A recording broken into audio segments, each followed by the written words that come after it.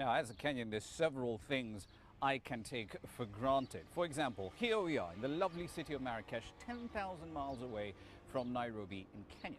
However, I can still pay all my bills from water to electricity and anything in between through this, my mobile phone.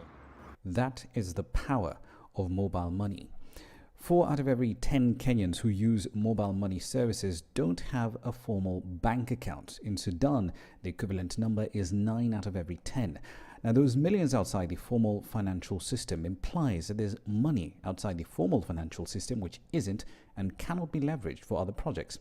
Part of the problem is structural. Poverty reduction has only been reduced to the tune of 2.1%. from 2000 to 2012. The major problem has been exclusion of the majority in the economy. Why? Because 75% of our population are rural-based and are agriculture-based. And agriculture has only been growing at an average of 4.3%. And so, irrespective of good GDP growth rate, it has not impacted on reduction of poverty because agriculture was not strongly networked to the major actors of the economy. Tanzania isn't alone in this regard. Most of sub-Saharan African economies are heavily reliant on agriculture, which is a significant employer, mostly rural and mostly subsistence. Mobile money transfer systems are very attractive in such environments since they can bring in millions into the formal financial system while circumventing the lack of infrastructure needed to have access to banks like roads and decent electricity. That said, though, the spread of mobile money has unintended consequences too.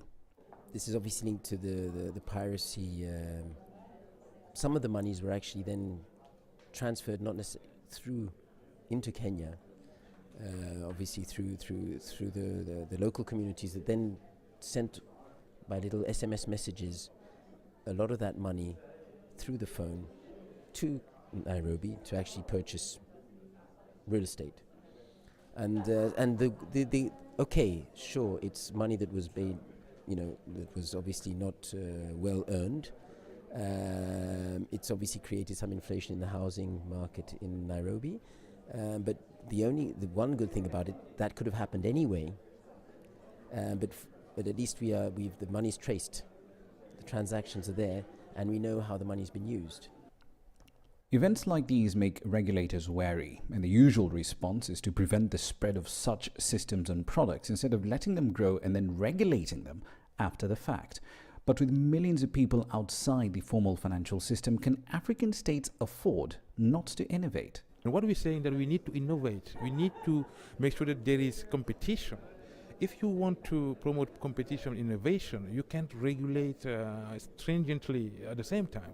You need to let innovation happen, and then you see how you can manage that. And to me, that's the role of the regulator, but not just regulating before everything happens. Even within formal banking systems, however, there is room for innovation. One of the problems, the stumbling block today, is to try to finance what we call SMEs and micro organizations, and the biggest problem is that it's very difficult for them to come with collaterals. And one of the reasons that conventional banking is not able to do that is that you can go to a small entrepreneur in one of the villages repairing bicycles and other things, and then you can't really fund them because they don't have any collateral to give you to secure your loan. Whereas in the context of the Islamic banking, what happens then, the Islamic bank becomes part of your business, which means you need $1,000. I'm prepared to put in $1,000, but I become a partner to your business. Yes.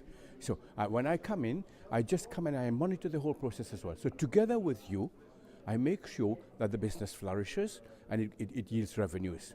This proposal addresses another problem, that of access to credit. Across sub-Saharan Africa, 83% to 94% of small and medium-sized enterprises have formal bank accounts. Those are levels comparable to global averages, but just 22% of African SMEs have a loan or line of credit, and that's much lower than the global average and almost half of the average level of other developing economies.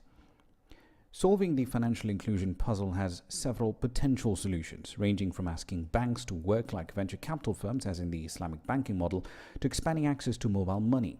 It's up to each country, several of which are represented here, to figure out what works best for each one of them. Ramah, Nyang, CCTV, Marrakech, Morocco.